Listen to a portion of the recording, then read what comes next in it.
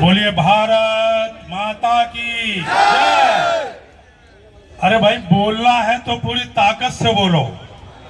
एक बार आपकी आवाज और आपकी हुंकार इतनी तेज हो कि इस समय विधानसभा चल रही है, वहां तक आपकी आवाज पहुंच जाए।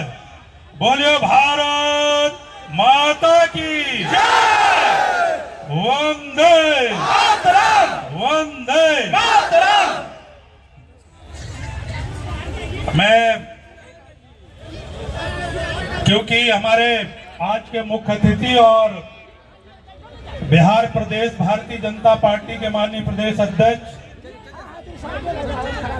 और बिहार के माननीय उप मुख्यमंत्री आदरणीय सम्राट चौधरी जी को जाना है, इसलिए मैं कुछ ही शब्दों में आपके सामने जो आपकी भावनाएं हैं और जो लंबे समय से आप सब अपनी सामाजिक लड़ाई के लिए लगातार सड़क से लेकर विधानसभा और संसद तक लंबे समय से लड़ाई लड़ रहे हैं, लेकिन लड़ाई लड़ते लड़ते कुछ अधिकार आपको मिले हैं, लेकिन कुछ अधिकार आपको अभी भी लेने के लिए लड़ाई जारी रखनी होगी। और इसलिए आप आज अपने इस रैली के अधिकार महारैली के माध्यम से आज इस मंच पर विराजमान हमारे यशस्वी उप मुख्यमंत्री आदरणीय सम्राट चौधरी जी, हमारे पूर्व में इस बिहार प्रदेश के उप मुख्यमंत्री के नाते आदरणीय तारकिशोर जी, हमारी बड़ी बहन जो उप मुख्यमंत्री के रूप में आदरणीय श्रीमती रेणु देवी जी, हमारे यहाँ के सांसद और अपने समाज के राज्यसभा के सांसद आदरणीय शंभू सरन जी, हमारे माननीय विधायक और उत्तर प्रदेश में संगठन का काम देख रहे आदरणीय चौरसिया जी, और यहाँ मंच पर बैठे हुए सभी सम्मानित नेतागण, उपस्थित पूरे बिहार से आए हुए भाई और बहनों, आप सबको सादर प्रणाम करते हुए आपसे अपील करना चाहता हूं कि हम सबको आज ये प्रसन्नता है कि हिंदुस्तान में एक पिछड़ों का नेता, गरीब का नेता, हिंदुस्तान का प्रधानमंत्री नरेंद्र भाई मोदी बैठा है, जो दलितों की भी सुनता है, पिछड़ों की भी सुनता है, गरीबों की भी सुनता है, और जिनका सामाजिक अधिकार है उनको अधिकार देने का भी काम करता है। ऐसे नरेंद्र भाई मोदी इस समय देश के प्रधानमंत्री हैं, जिनकी भारतीय जनता पार्टी में हम सब आपके प्रतिनिधि के रूप में काम करते हैं, लेकिन हमें इस संविधान निर्माता डॉक्टर भीमराव अंबेडकर ने हमें सामाजिक लड़ाई के लिए, सामाजिक अधिकारों के लिए, राजनीतिक अधिकारों के लिए, आर्थिक अधिकारों के लिए हमें लड़ाई का अधिकार भी हमको दिया है मित्रों। लेकिन दुर्भाग्य से आजादी के 75 वर्ष पूरे होने के बाद भी आज जितनी बड़ी आबादी है, जितना अधिकार आपको चाहिए था, वो अधिकारों से आज भी वंचित हम हैं। और इसलिए जब वंचित कोई अधिकारों से होता है, वो समाज जब तक लड़ाई सड़क पर नहीं लड़ता है, जब तक अधिकारों के लिए त्याग नहीं करता है, जब तक वो लड़ाई संघर्ष के रूप में सड़क पर नहीं उतरता है, तब तक मित्रों उस लड़ाई की आवाज को कोई सुनता नहीं है और ना उसको कोई लड़ाई का अधिकार कभी मिलता है।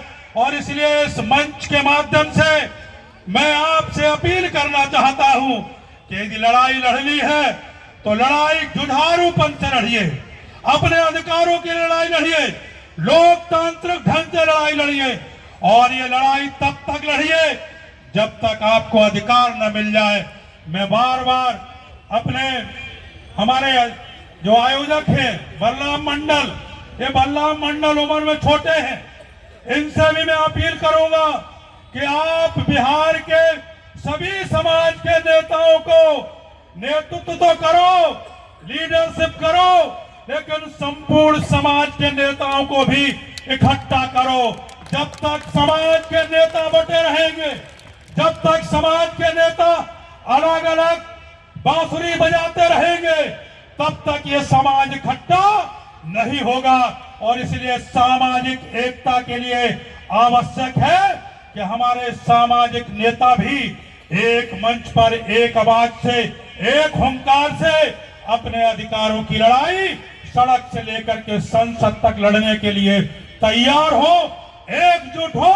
ये मैं अपील आप सबके चरणों में करना चाहता हूं। मैं आपके माध्यम से यहाँ के हमारे आदरणीय उप मुख्यमंत्री जी से मैं निवेदन करना चाहता हूं कि यहाँ कोई बहुत बड़ी मांग नहीं है। ये सामाजिक रूप से पिछड़ा समाज है, ये आर्थिक रूप से पिछड़ा समाज है, और इसलिए अधिकार बनता है कि आज देश की बहुत सारी जातियों को अनुसूचित जाति में, अनुसूचित जनजाति में शामिल करने का काम हो रहा है। मैं चाहूंगा कि विधानसभा के माध्यम से यह प्रस्ताव पास हो और यह संसद में जाए, और अनुसूचित जाति का जो अधिकार है वो अधिकार इनको मिलना चाहिए। पार्लियामेंट की कमेटी में आपके अधिकार का मुद्दा है। मैं राष्ट्रीय अनुसूचित आयोग का जब चेयरमैन था तब भी ये मुद्दा सरकार के पास भेजने का काम किया था, लेकिन इस लड़ाई को आपको और तेजी के साथ और ताकत के साथ मित्रों रखने की जरूरत है।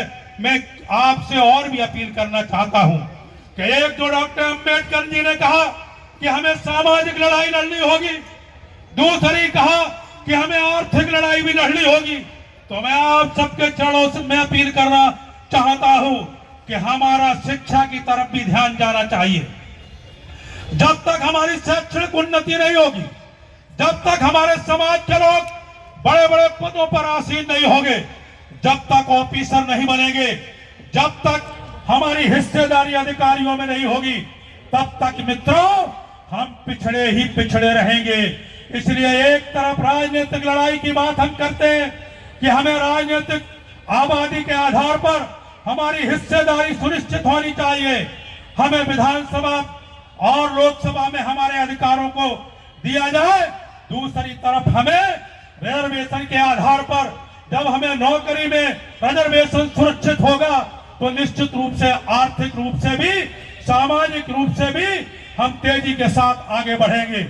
दूसरे आपसे निवेदन करना चाहता हूं कि इस आजादी में अमर शहीद रामफल मंडल जो शहीद हुए हैं, तो ये रामफल मंडल शहीद हुए, उनकी प्रतिमा यदि यहाँ पर पटना में किसी बड़े मैदान में लगती है और हर जिले में लगती है तो एक काम सरकार का लगाने का है।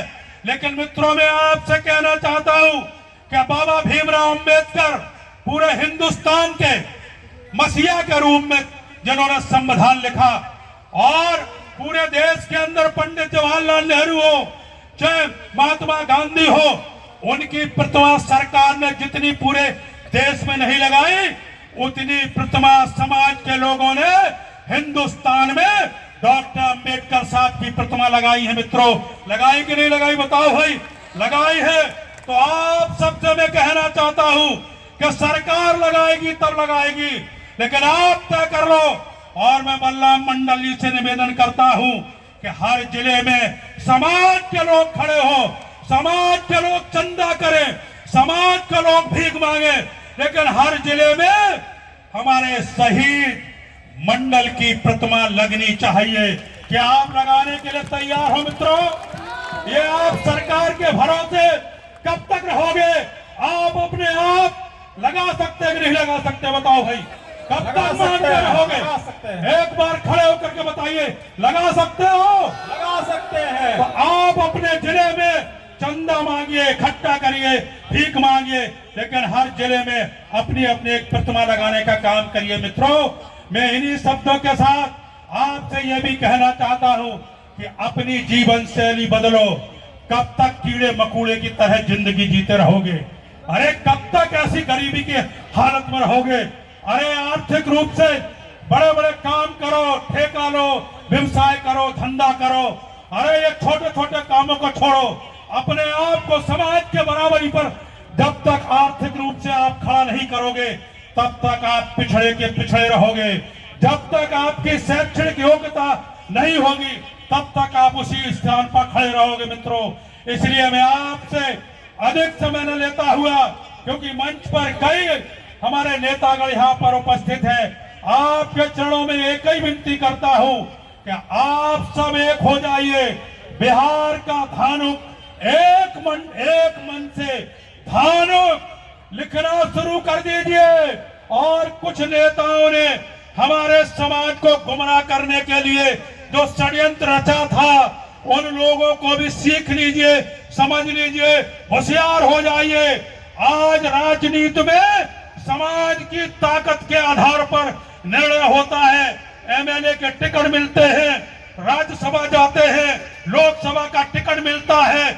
इसलिए एक समाज एक नाम से यदि बिहार समाज, बिहार का धानुक जाना जाएगा तो कोई भी दल होगा आपको सम्मान देने के लिए तैयार होगा मित्रों, आपको अधिकार देने के लिए तैयार होगा। इसलिए अंतिम निवेदन करता हुआ एकजुट होकर एक नाम से, और पुनः मैं बिहार के धानुक समाज के नेताओं से अपील करता हूं चरणों में कि ये समाज के लोग तब तक एक नहीं होंगे जब तक आप मंच पर बैठे हुए सबकी एक आवाज नहीं होगी। यदि आप एक हो जाएंगे तो ये सारा धानुक एक हो जाएगा। बोलो, हो जाओगे नहीं हो जाओगे? बताओ भाई। सब हो जाओगे, सब एक हो जाओगे। जब सब एक हो जाओगे तो आपके अधिकारों को कोई रोक नहीं पाएगा। मैं जानता हूं हमारे देश के यशस्वी प्रधानमंत्री आदरणीय मोदी जी आज गरीबों की आवाज को सुन रहे हैं और आपकी आवाज को भी सुनेंगे। मैं इन्हीं शब्दों के साथ आप सब इतनी बड़ी संख्या में यहाँ पर पधारे हैं, मैं मंच पर आए हुए सभी नेताओं के प्रति आभार व्यक्त करता हूँ। और हमारे पार्टी के, भारतीय जनता पार्टी के सभी सम्मानित नेतागण यहाँ पर आए हैं, उनका भी स्वागत करता हुआ, उनको आभार व्यक्त करता हुआ आप सभी को बहुत बहुत धन्यवाद, बहुत बहुत धन्यवाद। बोलिए भारत माता की। बहुत बहुत धन्यवाद।